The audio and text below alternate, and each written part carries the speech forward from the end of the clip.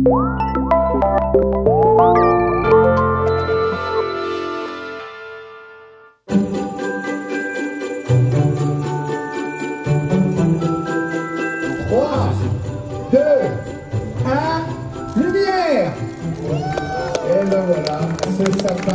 magie de Noël s'est installée au pied du conseil départemental avec pour emblème le désormais unique sapin géant de la ville, sélectionné en forêt de Saint-Quirin et illuminé depuis quelques jours. À ses pieds, un petit village de quelques chalets de bois propose des produits estampillés Noël de Moselle, à voir, à boire et à manger. Mais aussi, et c'est une nouveauté, des lumignons miniatures, répliques des étoiles du Sentier des Lanternes, vendus au profit de l'association Les Nez Rouges, qui œuvre pour redonner le sourire aux enfants hospitalisés. Pour cette nouvelle édition, le Sentier des Lanternes s'est encore étoffé.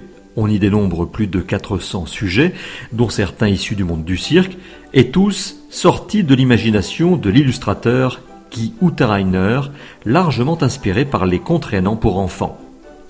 Que du bonheur. Moi-même, je suis émerveillé par ça, parce qu'entre le dessin et la réalisation, il y a toujours un monde entre.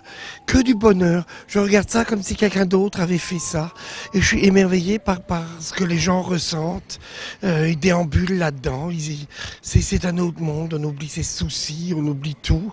Le circuit du Sentier des Lanternes propose d'autres découvertes, comme la belle histoire des boules de Meisenthal, sans oublier la fabrique des jouets du Père Noël, imaginée par la compagnie La Bande Passante, à voir sur les façades du Moulin des Thermes.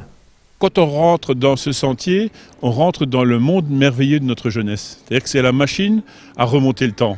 Et moi, je suis comme un enfant aujourd'hui, et j'imagine avec les yeux d'un enfant ce qu'il peut regarder. C'est fantastique. Et je voudrais, à celles et ceux qui nous écoutent aujourd'hui, leur souhaiter de joyeuses fêtes de fin d'année, que ce soit ces moments peut-être un peu réparateurs, mais aussi un moment où la famille se retrouve autour du sapin, se retrouve à côté de cette belle boule de Noël, se retrouve à côté des saveurs, des parfums et du savoir-faire du commerce et de l'artisanat mosellan. Et je les encourage à venir ici, ils ne seront pas déçus, ils vont rentrer dans le monde merveilleux de leur jeunesse. La saison dernière, le Sentier des Lanternes avait émerveillé plus de 130 000 visiteurs, petits et grands. Enrichi, cette édition fera sans doute mieux, à découvrir jusqu'au 1er janvier inclus tous les soirs à la tombée de la nuit, sauf le 24 décembre.